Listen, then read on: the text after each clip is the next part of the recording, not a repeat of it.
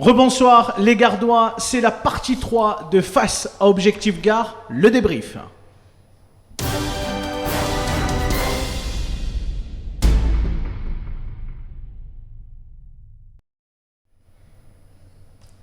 Et on accueille tout de suite sur notre plateau David Tebib qui est avec nous. Bonsoir. Bonsoir. Vous allez bien? Bon, vous êtes heureux ce soir? Écoutez, après avoir soutenu Jean-Paul Fournier. Oui, je vais très bien, je suis très heureux. Et puis surtout, je vous dis courage, puisque la nuit est longue pour vous surtout. Ah oui, je vous le confirme. Dans quelques instants, on va vous interroger avec Coralie Mollaret, notre journaliste qui est toujours avec moi en plateau. Rapidement, Coralie, on fait le point à nouveau sur les résultats. On va démarrer par Vauvert parce que maintenant, c'est définitif. C'est définitif. Le maire sortant, qui était en difficulté, Jean Denat, est réélu avec 51,58% des suffrages. À noter que dans cette commune, comme il y avait un vrai enjeu, il y a une forte participation dans cette période qu'on connaît avec 56,49% de participation. On part dans le Garaud-Danien avec les résultats à Bagnols-sur-Cèze. C'est le maire, Jean-Yves Chaplet, qui a été réélu avec 47,38% des suffrages. S'ensuit de Corinne Martin avec 37,34% et de Thierry Vincent avec 15,28% des voix. Et à Pont-Saint-Esprit, la mairesse est réélue? De peu, elle a échappé belle, mais elle est réélue. Claire Lapéronie a été réélue avec 53,31% des voix. Et son opposante Catherine Chantry ne récolte, elle, que 46,69%. On part du côté d'Alès à Saint-Hilaire de Bretmas. Petite commune à côté de la capitale des Cévennes, c'est le maire Jean-Michel Perret qui a été réélu avec 56,31% des voix. Son opposante de droite, Sylvie Galtier, malheureusement ne récolte que 43,69% des suffrages. Et puis il y a du changement à Marguerite et à Sommières. On démarre par Marguerite. Marguerite, William Portal, maire depuis plus de 30 ans, conseiller départemental du canton, a été battu au profit de Rémi Nicolas, le candidat de gauche avec 53,87%. Le second, c'est Denis Bruyère qui se place en deuxième position, donc avec 23,89% des voix. Et enfin, je vous le disais, donc William Portal, lui, est troisième et ne récolte que 22,26% des voix. À Sommières aussi, changement de maire. Et oui, Guy Marotte a été battu par le président de la communauté de communes, Pierre Martinez, qui lui récolte 39,30% des voix. Guy Marotte arrive second avec 33,90% des voix. Et enfin, pour fermer la marche, c'est Sylvie Royot avec 26,80% des voix. Et puis à Manduel, Jean-Jacques Granat est réélu. Oui, il a été réélu, Jean-Jacques Granat, avec 53,98% des voix. Son opposant, avec qui il avait mené une âpre bataille pour ses municipales, ne récolte lui que 46,02% des voix. Et pour terminer, ça passe aussi pour Robert Crost au Grau-du-Roi. Et oui, Robert Crost, même s'il était en duel et que la situation n'est toujours pas favorable dans ces cas-là, Robert Crost arrive avec une large tête de 58,20% des voix. Et la droite, qui était réunie difficilement sous Charlie Crespe, ne récolte que 41,80% des voix. Et puis, on va en parler avec David Tebib. Les résultats à Nîmes, on les rappelle très très rapidement. Jean-Paul Fournier, donc, est réélu. Réélu en tête avec 41,96% des voix. S'ensuit de Vincent Bouget. On l'a reçu sur le plateau, le candidat de l'AIS Nîmes Citoyenne à gauche, avec 26,48% des voix. En troisième, c'est Yvan Lachaud, président de Nîmes Métropole, qui ne récolte que 18,46% des voix. Et enfin, le dernier, c'est le candidat Rassemblement National, Yoann Gillet, qui ne récolte, lui, que 13,10% des suffrages. David Tebib, première analyse. Comment vous avez reçu les résultats ce soir? Écoutez, c'est la continuité un petit peu de la situation, à savoir les Nîmois ont choisi l'expérience, ont choisi la sécurité pour affronter une crise qui va arriver, une crise sanitaire, une crise sociale et puis une crise économique. Donc je crois que le chiffre parle de lui-même. Les Nîmois ont cherché la sécurité, Les Nîmois ont cherché l'expérience, la sécurité et la sagesse à ce niveau-là. Donc ce chiffre reflète totalement leur choix et la démocratie qui a parlé. Parce qu'ils l'ont dit à plusieurs reprises, les proches, et puis Jean-Paul Fournier en a parlé à l'occasion de sa conférence de presse. C'est aussi historique à Nîmes que maire soit réélu pour la 4e fois. Et finalement, vous avez hésité peut-être entre les deux tours, mais à un moment donné, vous avez préféré vous aussi faire le choix de la sécurité avec Jean-Paul Fournier. Oui, parce qu'il fallait faire preuve de cohérence et c'était évident pour moi que de me positionner de cette manière-là. La pire des choses aurait été de ne rien dire. Je l'avais expliqué. Vous aviez quand même fait campagne sur le renouveau. Pardon de le rappeler, mais vous avez fait campagne sur le renouveau. Mais si vous voulez, lorsqu'on démarre cette campagne, vous avez raison de le dire, le renouveau ne subit pas de plein fouet aujourd'hui ce que est la situation actuelle de notre pays et de la ville de Nîmes et de son territoire. Et aujourd'hui, le fait est que j'avais fait un score qui est de 5 et quelques pourcents et qu'il aurait été pour moi totalement inconscient que de rester en retrait et de ne pas bouger. Ce qui a motivé votre choix, est-ce que c'est aussi que Jean-Paul Fournier, même si c'est lui qui est tête de liste, il a quand même profondément renouvelé sa liste? Est-ce que ça a été aussi peut-être un marqueur ou un facteur de vous donner envie aussi de plutôt le soutenir lui, parce qu'il avait fait le choix de renouveler avec de nouvelles têtes sa liste, et donc les élus qui vont arriver au conseil municipal? Oui, mais je le répète, c'est surtout la capacité et la connaissance de pouvoir gérer une situation, de pouvoir faire face à ce que l'on va vivre. Aujourd'hui, il y a une forme d'euphorie. Les Français, les Nîmois sont heureux, se retrouvent, partagent, sont dans les rues. Mais il y a quand même énormément de problèmes qui nous attendent.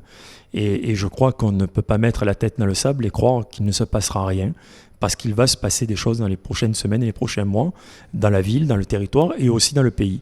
Donc il faut y faire face et pour cela, je pense qu'il faut de l'expérience. Vous n'avez pas été actif, comme bien évidemment au premier tour, puisque vous étiez candidat et tête de liste pour ce second tour.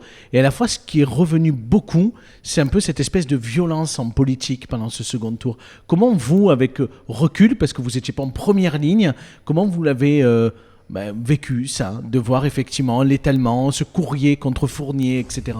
Alors, moi, personnellement, je suis choqué par rapport à cela. Je n'aime pas me répandre dans la presse, mais j'ai fait le nécessaire, en tout cas, pour passer les messages quant à ce type de manœuvre. Mais après, on ne peut pas dire que c'est une généralité. Je crois que certaines personnes ont utilisé ces méthodes-là, ça les regarde. Je crois qu'aujourd'hui, on est de toute façon dans une période, je vous l'ai déjà dit, qui est une période où les gens sont intelligents, ils savent faire preuve d'analyse, de discernement, et de croire que ces ficelles-là, ces méthodes puissent marcher, elles ne fonctionnent pas. La preuve, c'est que ce soir, Jean-Paul Fournier a fait un score de 42% environ. Ce sont des méthodes que l'on ne devrait plus voir. Elles sont pour moi d'un autre temps, et même dans notre temps, elles n'auraient pas dû exister. C'est proprement scandaleux, ce type d'action. Puisque vous parlez de pourcentage, moi j'aime bien regarder en termes de voix. Et je pense qu'au premier tour, quand on regarde les résultats, vous avez fait 1500 voix. Jean-Paul Fournier, au premier tour, en a fait 9626. En fait, il a gagné 2000 voix. Est-ce que vous pensez que c'est votre appel à voter pour Jean-Paul Fournier qui a engagé ce report de voix massif ou... En tout cas, ce qui est sûr, c'est que j'ai eu beaucoup d'appels ces derniers jours de beaucoup de personnes pour me demander ce que j'en pensais et si ils allaient dans cette direction. Je leur ai bien évidemment confirmé cela. Je laisse à l'appréciation de chacun, à vous, analystes, très fins de l'actualité nîmoise, pour voir un petit peu ce qui s'est passé. Parce qu'on aurait même pu penser que ces électeurs aillent plutôt vers un candidat centriste, chef d'entreprise, type Yvan Lachaud, mais ça n'a pas été le cas. On a presque l'impression, sans mauvaise pensée, que ça limite était fait exprès, votre candidature, finalement. Non, alors j'ai la faiblesse de croire, puisque vous aviez lancé des sondages il y a plusieurs mois, vous avez été certainement même le premier, me semble-t-il, à les lancer. Je crois que j'étais crédité de 5%. Plusieurs autres sondages sont sortis, j'étais toujours à 5%. Il n'y avait pas eu la crise sanitaire encore. Je termine à 5,40, donc je pense qu'aujourd'hui, entre 5 et 7, ça doit être certainement ce que je suis capable de peser dans le monde politique nîmois. Écoutez, je vous laisse à l'analyse du score qu'il a fait. On sait que vous étiez dans l'hôtel de ville, si je ne me trompe pas ce soir. Oui, tout à fait. Je suis passé pour saluer et féliciter. Oui. Alors, est-ce que Jean-Paul Fournier vous a dit, bon, l'Arena, tu vas la voir, ça sera en centre-ville, dans la ville de Nîmes en tout cas, pas sur Magna Porta ou... Alors non, il ne me l'a pas dit. Et puis, j'ai demandé si elle venait dans mon jardin, mais ce n'est pas le cas. Ouais. Donc, elle reste au Parnasse. Donc, vous avez un grand jardin alors? Non, très petit. Mais c'est pour ça que peut-être elle ne vient pas. C'est bien qu'elle reste là-bas. C'est bien que si demain elle se réalise, elle soit au service de tout un territoire.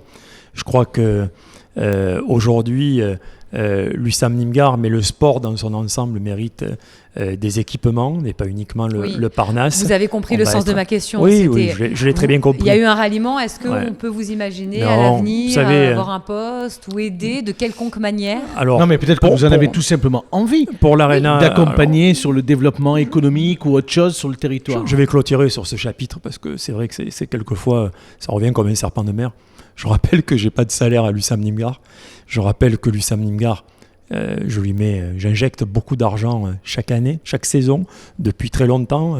Mon épouse est à côté, elle est valide totalement cette stratégie. C'est de la passion, c'est du cœur. Et sincèrement, je le répète, pour le territoire, j'ai bien dit pour le territoire et pas que pour les Nîmois, pour le territoire, un équipement de ce type fait sens. J'en avais parlé avec M. Chibli à la région, avec M. Reder. On parle de vous, M. Reder aussi. Outre l'équipement. M. Reder aussi, et M. Boide, comme quoi on doit fédérer les énergies pour un équipement comme celui-là. C'est 700 licenciés, ce sont des enfants, ce sont des jeunes. Voilà, donc moi, c'est un non-sujet. Quand on est 3e du championnat et en Coupe d'Europe, je crois qu'on se doit d'avoir un équipement. Vous ne parlez pas de l'Arena proprement dit, c'était une question un peu J'ai bien compris, mais après je rebondis sur le reste. Voilà, il n'y a aucun problème. Voilà, vous allez peut-être plus tard vous inscrire. Non, là, vous n'avez déjà, pas répondu franchement. Mais je vais vous répondre. Vous ferez partie de l'équipe de Jean-Paul Fournier plus tard. Chère Coralie, j'arrive. Vous êtes aussi un chef d'entreprise. J'arrive sur la suite de votre question. Donc ça, pour le Parnasse, totalement, en ce qui me concerne, ça me semble tout à fait normal et légitime pour les Nîmois et pour les Gardois, ce type de démarche. Et je répète, plus il y en aura, mieux ça sera. Deuxième point, j'ai dit depuis le début, et je vous l'ai dit, que je voulais me mettre au service vraiment de cette ville, de ce territoire. Et j'ai changé tout à l'heure aussi avec M. Bouget. Je suis tout à fait en capacité, à partir du moment où les valeurs sont cohérentes, à partir du moment où on sait que c'est fait avec l'intérêt collectif, de me mettre au service vraiment de personnes qui me solliciteront pour le développement économique, des sujets dans lesquels je suis capable d'apporter quelque chose. C'est parce que vous nous aviez dit au premier tour. Vous nous avez dit, voilà, je prends mes responsabilités, j'appelle à voter, mais il n'y aura pas de poste pour moi. Ah non, mais j'ai pas dit que je voulais un poste. Non, je vous dis, je suis capable... Parce que se mettre au service, c'est un peu ambigu. Alors je reprends, parce que vous me posez la question tout à l'heure. Il est tard, je manque de clarté, monsieur. Non, c'est que vous me posez la question de qu'est-ce qu'il y a derrière. Je vous dis, il n'y a strictement rien. Par contre, je vous dis que oui, je vais faire des choses, mais pas spécialement en lien avec la mairie ou quoi que ce soit. Ça va être avec l'USAM Nîmes-Gard, parce qu'on a envie de développer des actions très fortes dans les quartiers. On a envie de monter de beaux projets. On a une idée derrière la tête qui est quelque chose qui me donne le sourire, qui va toucher la santé pour tous et l'éducation pour tous. Voilà, il va y avoir tout ce type, et c'est en ça que je vous dis me mettre au service. Et que je vais continuer à faire, et on va passer même la vitesse supérieure avec des annonces qui vont arriver très rapidement, puisque j'attendais que ce deuxième tour soit purgé pour pouvoir commencer à dessiner quelles vont être les futures actions, parce que j'ai vu des choses qui me semblent importantes. Si je peux y apporter quelque chose, je le ferai. Bon, pour résumer finalement cet échange avec Madame Mollaret, on peut juste dire que Monsieur Tebib va compter pour les prochaines années dans l'univers politique, sportif associatif. Et au global, associatif, sur la ville de Nîmes et au-delà. Ça, c'est une certitude. Merci, Monsieur Tebib, d'avoir été avec nous ce soir dans Face Objectif Gare le débrief. On va se retrouver dans quelques instants pour la 4e et dernière partie de cette émission. C'est Yohann Gillet, le candidat du Rassemblement national, qui est arrivé en 4e position, qui va s'installer sur notre plateau dans quelques instants et que l'on va interroger avec Madame Mollaret. Restez avec nous sur Objectif Gare. On se retrouve tout de suite dans quelques instants.